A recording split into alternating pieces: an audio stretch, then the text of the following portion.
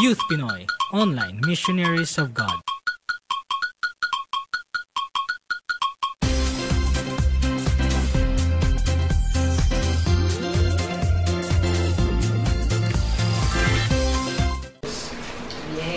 Ibagod man na probinsya, makakita kahinda mga kahoy, palayan, nga abundant in fresh air.